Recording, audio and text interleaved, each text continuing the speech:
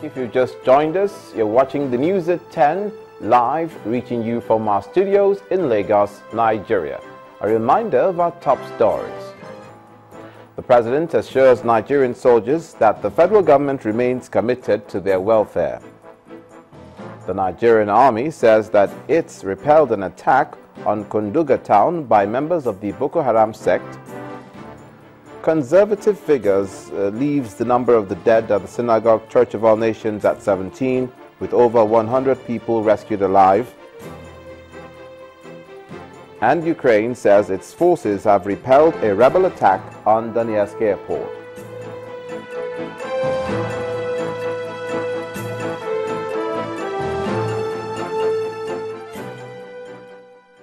We'd also like you to keep in mind that all our top stories can be found on our website, channelstv.com, and on youtube.com/channelsweb. Do visit m.channelstv.com to see us live on your mobile device. You can also download the Channels TV app for Android, iOS, and Windows phones from their respective stores. We'd also like to urge you to interact with the Channels Eyewitness feature. That's on our Android, iOS, and Windows 8 platforms. If you have pictures or if you have videos to share with us, please tap the app on your device, swipe to reveal the Eyewitness menu, and follow the instructions.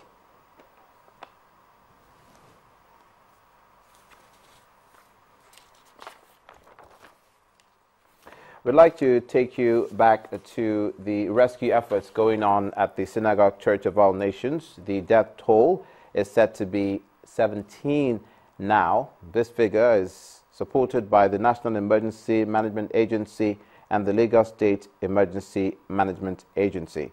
Rescue operations are still going on. Our correspondent Kelvin Obetain reports. At the initial stage, the media with their lenses and tools were not the preferred visitors.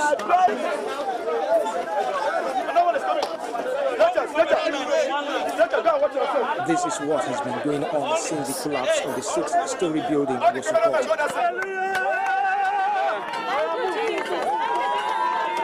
Professional and volunteer rescue operators get busy with every available skills and tools to rescue those trapped in the debris.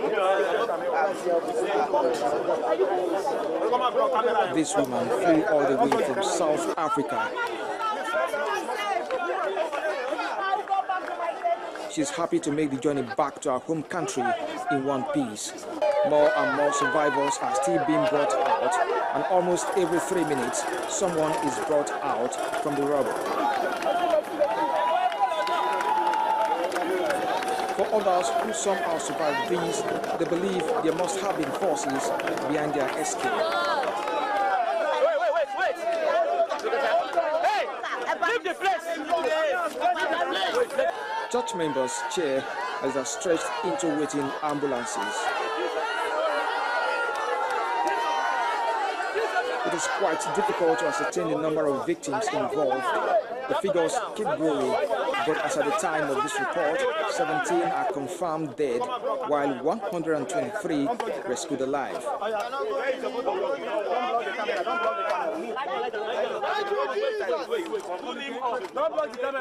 The 4-story building was serving as lodgement for visitors, especially foreigners. It was being converted into a 6-story building before the crackdown. When it comes to foreign nationals involved, it's a different angle of emergency management globally.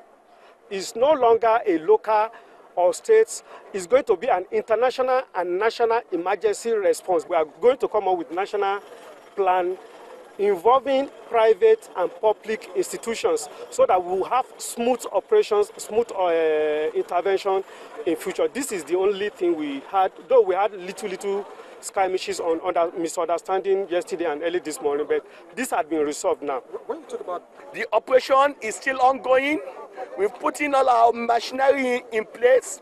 We are on top of all our challenges, and the operation is smooth, prompt, effective, and efficient. The local people on the ground with us, and they'll be taking all the victims to the Lagos State hospitals, where they are receiving medical attention.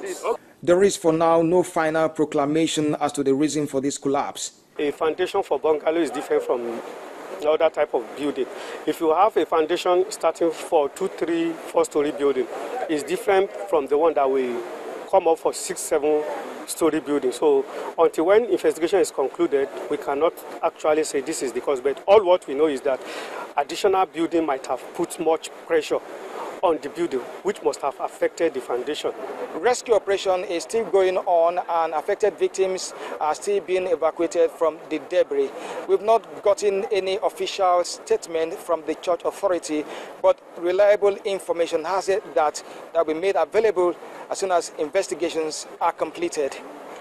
Kelvin Obetin, Channels Television News.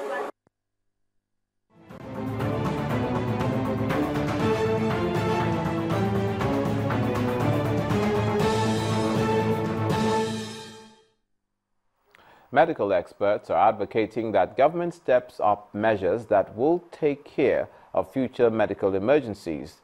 The national president of the Association of Medical Laboratory Scientists, Godswill Okada, told journalists in Abuja that the government should provide enabling environments for the production of vaccines rather than depend on importation. The River State Commissioner for Health, Samson Parker, who was also at the session, says that the way to go is for Nigeria to help other African countries based on their own experience. It is with sadness that we observe that government allowed the facilities to fall apart. As we speak, yellow fever vaccine is not being produced in Nigeria. They prefer massive importation of something that we were producing before. Rabies vaccine is not being produced. They prefer massive importation of something that we have the technical and professional competence to produce in Nigeria. So we are saying the enabling environment should be created, the facilities should be updated and reactivated, and medical laboratory scientists given the professional backing and official support by government to produce these vaccines. As I speak, we don't have any patient in our treatment and isolation center. And we've started what we say discarding our contacts. That means a couple of them are going out of surveillance.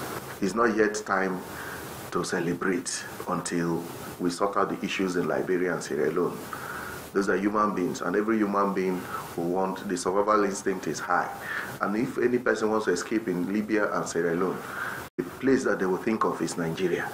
No matter how tight you put it, keep your security, they will find a way to break through.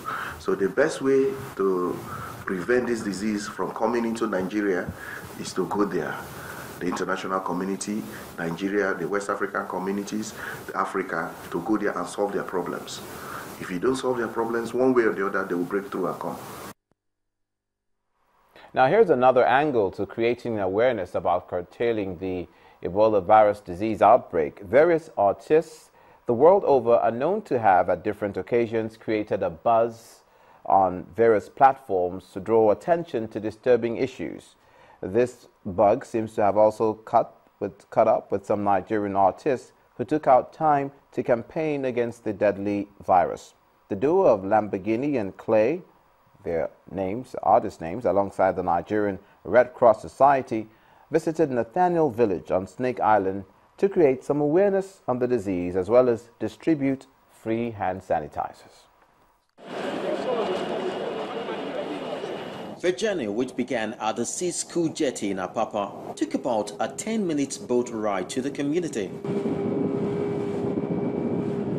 A very quiet and sleepy village on the Snake Island opposite the Tin Can port seems like a pretty good spot to push this awareness drive.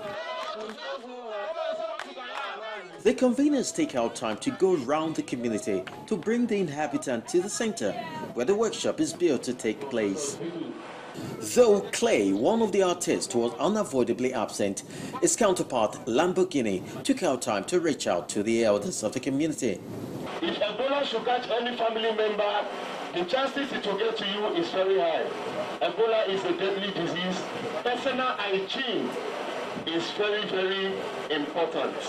Officials of the Red Cross Society took the people through a proper hand washing technique session, after which free hand sanitizers were distributed to every home in the village.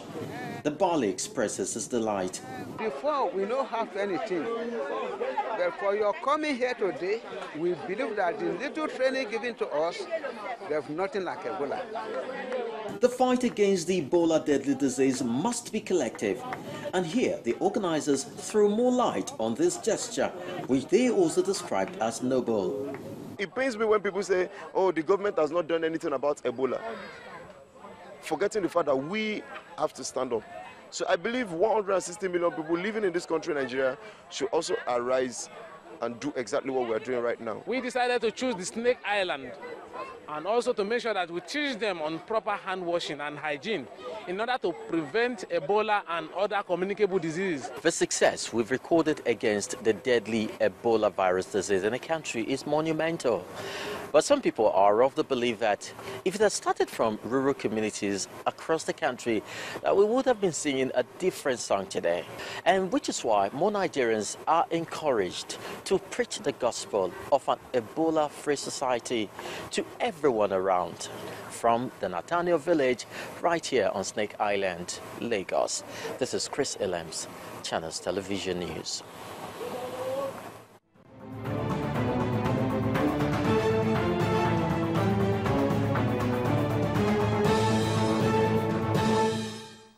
Civil War Army veteran, retired General Benjamin Adekunle, popularly known as Black Scorpion, has died.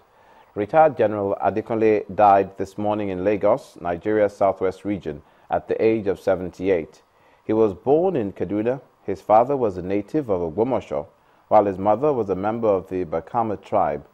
He underwent secondary education at the Government College Okene in present-day Kogi State.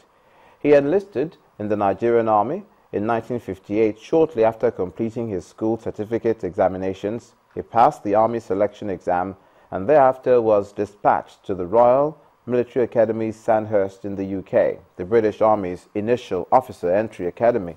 He was commissioned second lieutenant on December the 15th, 1960. A visit to his home in Lagos State, Nigeria's southwest region today, saw sympathizers at his residence signing the condolence register. His son, Folarin Adekunle, goes down memory lane on who the retired General Adekunle was to him. He has done for me, my country, the family members, and it's just overwhelming for all the things he has done. It is sad, and he's also an old man, so he has gone to rest also. So that's a good thing also. It was natural. He was actually sick as an old man, and it was natural. It was natural death. The transformation ambassadors have again gathered a large crowd in the North Central Zone. They are asking the president to run for the presidency come 2015. The 5 states in the North Central Zone were represented by senators, ministers, and other political leaders. The Minister for Information, Labaran Maku, who is a delegate from Nasarawa State, reeled out the achievements of the president in all sectors. He believes this qualifies Dr. Goodluck Jonathan for the #1 position again.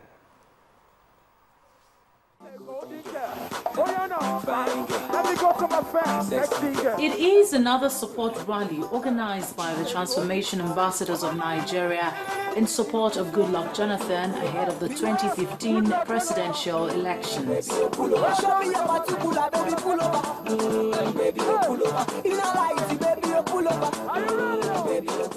10 universities in the north in 4 years.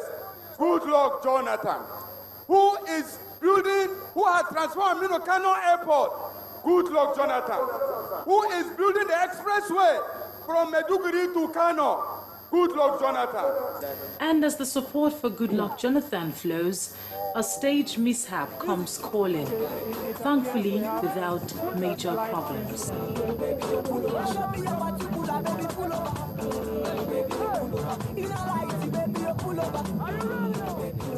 The North Central region, which is a combination of 6 states and the Federal Capital Territory, had delegates openly calling on President Goodluck Jonathan to declare his interests towards the 2015 presidential election. We urge Mr. President to run for the 2015 general elections. We are with him. The people of FCT are with him. The Minister of the Federal Capital Territory has asked me to say that we are supporting him 100%. One by one, the delegates reeled out the reasons why Dr. Goodluck Jonathan should return to Aso Rock. As I speak to you today, 53 small and medium dams have been completed, thanks to Goodluck Jonathan. Jonathan is one who is able to give good leadership. Therefore, Jonathan, if you see him, if we give him another opportunity, he will continue to transform the power sector, the industrial sector, agricultural sector, every sector in Nigeria. Some legislators also pledged their support to the man they believe will lead the nation to its promised land. He is the impeccable leader that we are supporting for the 2015 general election as the president. Over 1 million people have put pen to paper in support of President Goodluck Jonathan. 1,126,885, and they are still collecting the signatures, and I do want to present this to you, sir. This is the 4th zonal rally organized by the Transformation Ambassadors of Nigeria in support of Goodluck Jonathan. Their hope is that the president will latch on to the huge support they have thrown his way and seek another term to complete what they describe as the good works he began the first time around. Victoria Idum, reporting for Channels Television News. Still ahead on the news at 10. Traders at the Onitsha main market in Anambra State worry about back-to-back fires in their market. Please stay with us.